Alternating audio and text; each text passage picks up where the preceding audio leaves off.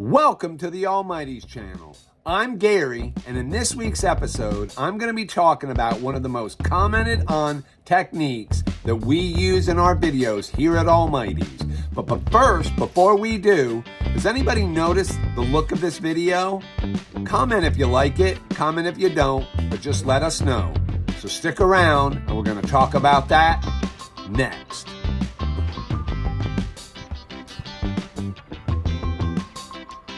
So what is this technique that I speak of?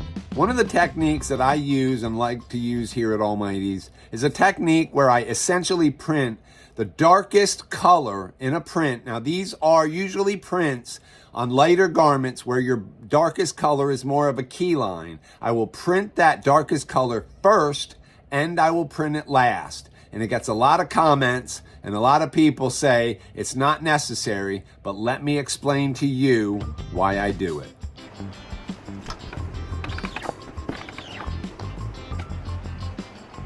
Before I go any further, let me also preface this by saying that there are many different variables that you need to take into consideration when trying to get a super clean screen print. Some of those are mesh count, art prep, ink viscosity, squeegee durometer, and the sharpness of your squeegee edge or blade.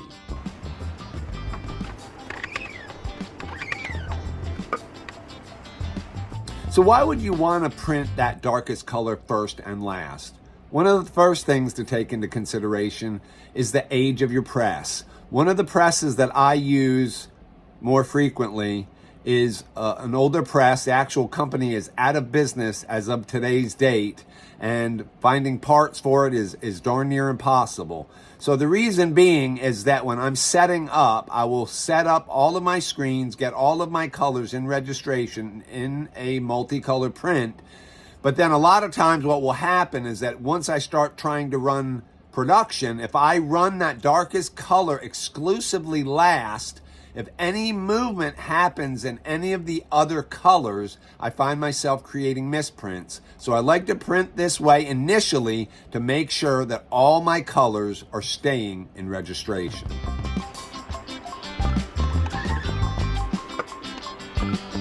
The second reason why you might want to print that darkest color first and last is it kind of creates that darkest color as somewhat of an underbase.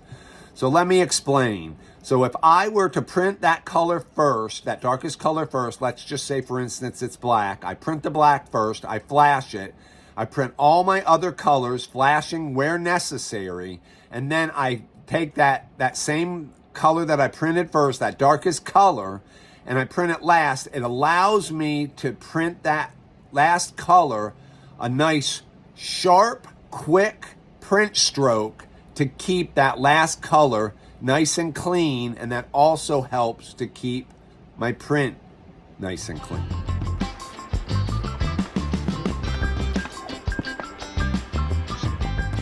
Also, what I've noticed in the past is that if I run all my lighter colors in this scenario first, again, flashing where necessary, and then printing my darkest color last, to keep from that darkest color beginning to bleed into or getting fuzzy or muddy around those lighter colors, it usually takes a certain amount of pressure, and 9 times out of 10, if you don't add enough pressure, what happens is that you're not getting enough ink film on that darkest color, and by printing it multiple times, that's where you get that fuzzy, muddy print edge, and that is exactly why I use this technique.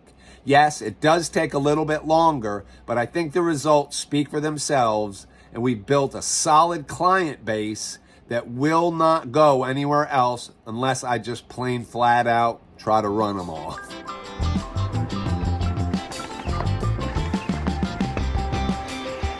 This is a technique that I have used and have built my reputation in my business on for many years, and it has served me well. So whether you decide to try it, whether you agree or disagree, that's okay. It works for us here at AlmighTees, and we're going to continue to use it. I linked a video in the description of one of the videos that I mentioned earlier that has a lot of these comments, so you can watch that video, you can read the comments, and you can see the video for yourself. If there was anything in this video that you would like clarification on, please leave a comment and I'll make a follow-up video explaining some of these potential issues.